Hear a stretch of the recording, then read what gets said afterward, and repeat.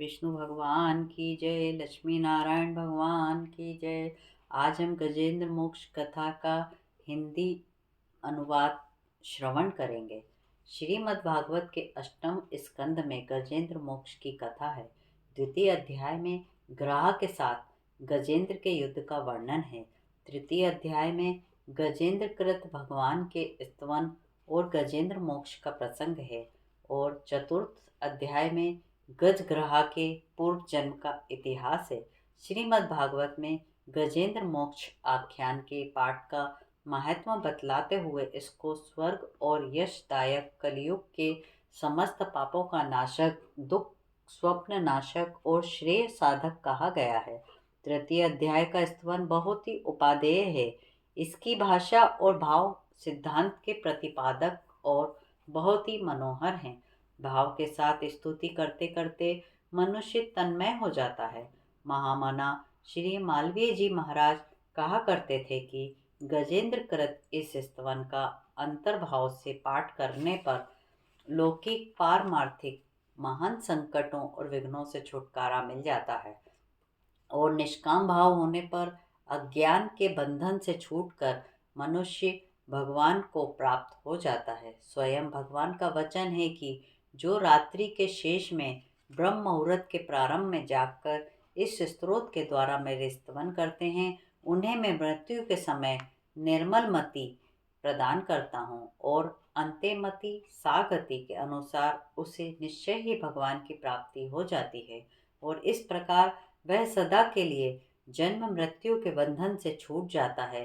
संस्कृत न जानने वाले भाई बहनों के लिए इस स्तवन का सुंदर भावार्थ लिख दिया गया है।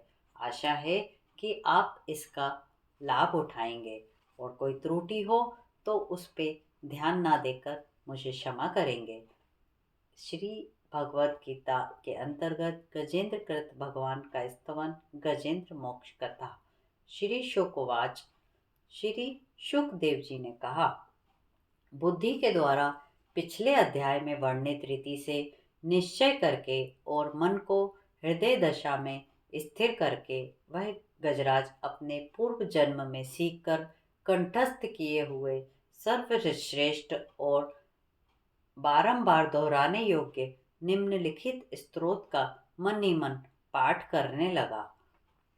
गजेंद्र राज ने मन ही मन कहा, जिनके प्रवेश करने पर ये जड़ शरीर और मन आदि भी चेतन बन जाते हैं, चेतन के भांति व्यवहार करने लगते हैं, ओम शब्द के द्वारा लक्षित और संपूर्ण शरीरों में प्रकृति और पुरुष से प्रविष्ट हुए उस सर्व समर्थ परमेश्वर को हम मन ही मन नमन करते हैं। जिनके सहारे यह विश्व टिका है, जिनमें वह निकला है, जिन्होंने इसकी रचना की है और जो स्वयं ही इसके रूप में प्रकट हैं, फिर भी जो इस दृश्य जगत में एवं उसकी कारणभूता प्रकृति से सर्वथा परे विलक्षण एवं श्रेष्ठ हैं, उन अपने आप बिना किसी कारण के बने हुए भगवान की मैं शरण लेता हूँ। अपनी संकल्प शक्ति के द्वारा अपने ही स्वरूप में रचे हुए और इसीलिए सृष्टि काल में प्रकट और प्रलय काल में उसी प्रकार अप्रकट रहने वाले इस शास्त्र प्रसिद्ध कार्य कारण रूप जगत को जो अकुंठित दृष्टि होने के कारण साक्षी रूप से देखते रहते हैं, उनमें लिप्त नहीं होते, वे चक्षु आदि प्रकाशकों के भी परम प्रकाश प्रभु मेरी रक्षा करें। समय के प्रभाव से संपूर्ण लोकों के एवं ब्रह्मादि लोकपालों के पंचभूतों में प्रवेश कर जाने पर तथा पंचभूतों से लेकर महत्व पर्यंत संपूर्ण कारकों के उनकी परम कारण रूपा प्रकृति में लीन हो जाने पर उस समय दुर्जय तथा अपार अंधकार रूप प्रकृति ही बच रही थी। उस अंधकार के परे अपने परम धाम में जो सर्वव्यापक भगवान सब ओर प्रकाशित रहते हैं, वे प्रभु मेरी रक्षा करें। भिन्न भिन्न रूपों में नाट्य करने वाले अभिनेता के वास्तविक स्वरूप को जिस प्रकार साधारण दर्शक नहीं जान पाते, उसी प्रकार सत्व प्रधान देवता तथा ऋषि भी जिनके स्वरूप को नहीं जानते, फिर दूसरा साधारण जीव तो कौन जान अथवा वर्णन कर सकता है। वे दुर्गम चरित्र वाले प्रभु मेरी रक्षा करें। आसक्ति से सर्वथा छूटे हुए, संपूर्ण प्राणियों में आत्मबुद्धि रखने वाले, सबके स्वरूप का साक्षात्कार करने की इच्छा से वन में रहकर अखंड ब्रह्मचार्य आदि अलौकिक व्रतों का पालन करते हैं, वे प्रभु ही मेरी गति हैं, जिनका हमारी तरह कर्मवश ना तो जन्म होता है और ना ही उनके द्वारा अहंकार प्रेरित कर्म ही होते हैं, जिनके निर्गुण स्वरूप का ना तो कोई नाम है, ना ही फिर भी रूप है, फिर भी जो समयानुसार जगत की सृष्टि एवं प्रलय संहार के लिए स्वेच्छा से जन्म आदि को स्वीकार करते हैं। उन अनंत शक्ति संपन्न पर ब्रह्म परमेश्वर को नमस्कार है। उन अप्रकृत आकार रहित एवं अनेकों आकार वाले अद्वैत कर्मा भगवान को मेरा नमस्कार है। स्वयं प्रकाश एवं उस सबके साक्षी परमात्मा को नमस्कार है। उन प्रभु को जो मन, वाणी एवं चित्त वृत्तियों से भी सर्वथा परे हैं, उनको बार बार नमस्कार है। विवेकी पुरुष के द्वारा सत्व गुण विशिष्ट निवृत्ति धर्म के आचरण से प्राप्त होने योग्य मोक्ष सुख के देने वाले तथा मोक्ष सुख की अनुभूति रूप प्रभु को मेरा नमस्कार है। सत्व गुण को स्वीकार करके शांत, रजोगुण को स्वीकार करके घोर एवं तमोगुण को स्वीकार करके मूढ़ से प्रतीत होने वाले भेद रहित अतएव सदा समभाव से स्थित ज्ञान धन प्रभु को मेरा नमस्कार है। शरीर, इंद्रिय आदि के समुदाय रूप संपूर्ण पिंडों के ज्ञाता, सबके स्वामी एवं साक्षी रूप आपको नमस्कार है। सबके अंतर्यामी, प्रकृति के भी परम कारण किंतु स्वयं कारण रहित प्रभु को नमस्कार है। संपूर्ण इंद्रियों एवं उनके विषयों के ज्ञाता, समस्त प्रतीतियों के कारण स्वरूप, संपूर्ण जड़ प्रपंच एवं सबकी मूलभूता अविद्या के द्वारा सूचित होने वाले तथा संपूर्ण विषयों में अविद्या रूप से भासने वाले आपको नमस्कार है। सबके कारण किंतु स्वयं कारण रहित और कारण होने पर भी परिणाम रहित होने के कारण अन्य कारणों से विलक्षण कारण आपको बार बार नमस्कार है। संपूर्ण वेदों एवं शास्त्रों के परम तात्पर्य मोक्ष रूप एवं श्रेष्ठ पुरुषों की परम गति भगवान को मेरा नमस्कार है। जो त्रिगुण काष्ठों में छुपे हुए ज्ञानमय अग्नि हैं, उन गुणों में हलचल होने पर जिनके मन में सृष्टि रचने की बाह्य वृत्ति जागृत हो जाती है तथा आत्म तत्व को भावना के द्वारा विधि निषेध शास्त्र से ऊपर उठे हुए ज्ञानी महात्माओं में जो स्वयं प्रकाशित रहते हैं, उन प्रभु को मैं नमस्कार करता हूँ। मुझ जैसे शरणागत पशु तुल्य अविद्याग्रस्त जीव को अविद्या रूप फांसी को सदा के लिए पूर्ण रूप से काट देने वाले अत्यंत दयालु एवं दया करने में कभी आलस्य न करने वाले नित्य मुक्त प्रभु को नमस्कार है। अपने अंश से संपूर्ण जीवों के मन में अंतर्यामी रूप से प्रकट रहने वाले सर्वनियंता अनंत परमात्मा को नमस्कार है। शरीर, पुत्र, मित्र, घर, संपत्ति तथा कुटुंबियों में आसक्त लोगों के द्वारा कठिनता से प्राप्त होने वाले तथा मुक्त पुरुषों के द्वारा अपने हृदय में निरंतर चिंतित ज्ञान स्वरूप सर्व समर्थ भाव भगवान को नमस्कार है।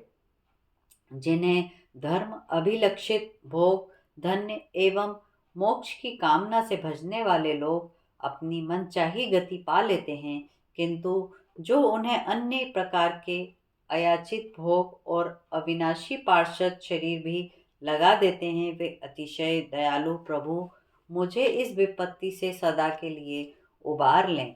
जिनके अनन्य भक्त, जो वस्तुतः एकमात्र उन भगवान के ही शरण हैं, धर्म अर्थ आदि किसी भी पदार्थ को नहीं चाहते, किंतु उन्हीं के परम मंगलमय तथा अत्यंत विलक्षण चरित्रों का गान करते हुए आनंद के समुद्र में गोते लगाते रहते हैं।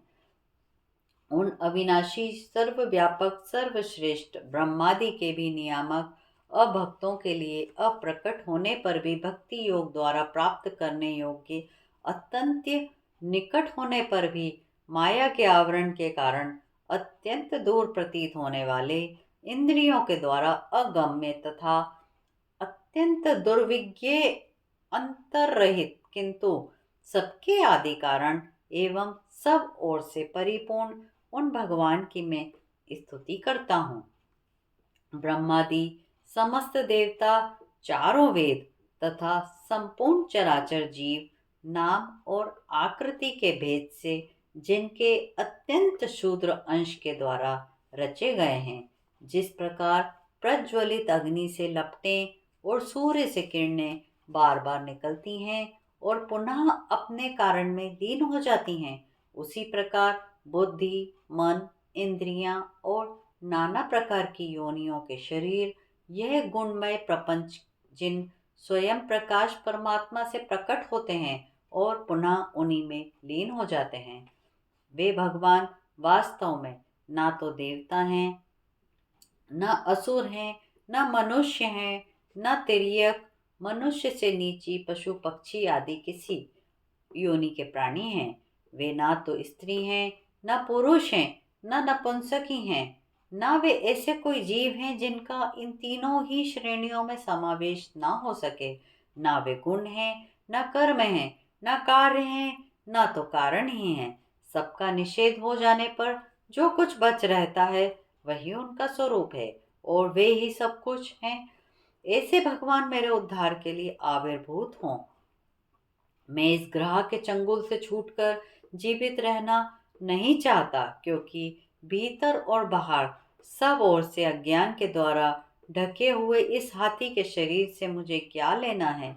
मैं ना तो आत्मा के प्रकाश को ढक देने वाले उस अज्ञान की निवृत्ति चाहता हूँ, जिसका काल क्रम से अपने आप नाश नहीं होता, अपितु भगवान की दया से अथवा ज्ञान के उदय से होता है। इसी प्रकार मोक्ष का अभिलाषी मैं विश्व के रचयिता, स्वयं विश्व के रूप में प्रकट तथा विश्व से सर्वथा परे, विश्व को खिलौना बनाकर खेलने वाले, विश्व में मैं आत्मा रूप में व्याप्त, अजन्मा, सर्वव्यापक, प्राप्तव्य वस्तुओं में सर्वश्रेष्ठ श्री भगवान को प्रणाम करता हूँ। मैं उनकी शरण में हूँ जिन्होंने भगवत भक्ति स्वरूप योग के द्वारा कर्मों को जला डाला है।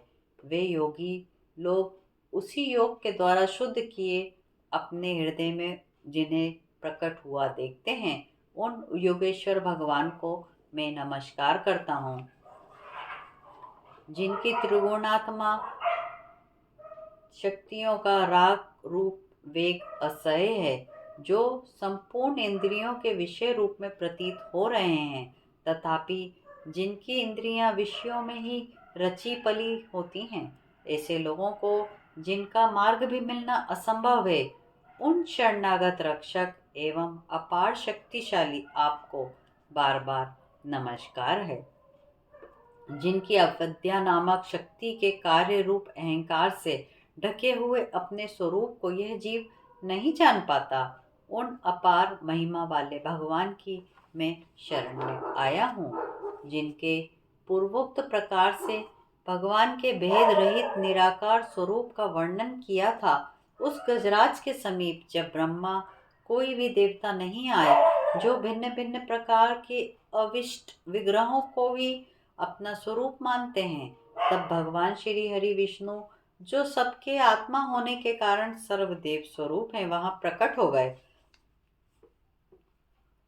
उपरोक्त गजराज को उस समय दुखी देखकर तथा उसके द्वारा पड़ी हुई स्तुति को सुनकर सुदर्शन चक्रधारी जगदाधार भगवान इच्छानुसार वेग वाले गरुड़ जी की पीठ पर सवार हो स्तवन करते हुए देवताओं के साथ तत्काल उस स्थान पर पहुंच गए जहां वह हाथी था। सरोवर के भीतर महाबली ग्रह के द्वारा पकड़े जाकर दुखी हुए उस हाथी ने आकाश में गरुड़ की पीठ पर चक्र को उठाए हुए भगवान श्री हरि को देखकर अपनी सूंड को, जिसमें उसने पूजा के लिए कमल का एक फूल ले रखा था, ऊपर उठाया और बड़ी ही कठिनता से सर्व पूज्य भगवान नारायण आपको प्रणाम है कहकर फूल अर्पित किया। उसे पीड़ित देखकर अजन्मा श्री हरि एकाएक गरुड़ को छोड़कर नीचे झील पर उतर आए। वे दया से प्रेरित हो ग्रह सहित उस गजराज को तत्काल झील से बाहर निकाल लाए और देवताओं के देखते ही देखते चक्र से उस ग्रह का मुंह चीर कर उसके चंगुल से हाथी को उबार दिया। इसी के साथ गजेंद्र मोक्ष कथा समाप्त होती है। जय श्री नारायण, जय श्री विष्णु। जिस तरीके से आपने हाथी की रक्षा की, इस गज की रक्षा करी, इसी प्रकार मोह माया और अज्ञान के इस आवरण से हम मनुष्यों की भी रक्षा करें, ऐसी प्रार्थना के साथ मैं भगवान श्री हरि विष्णु के चरणों में प्रणाम करती हूँ। जय श्री हरि विष्णु, जय विष्णु, जय विष्णु, विष्णु विष्णु विष्णु विष्णु विष्णु विष्णु विष्णु।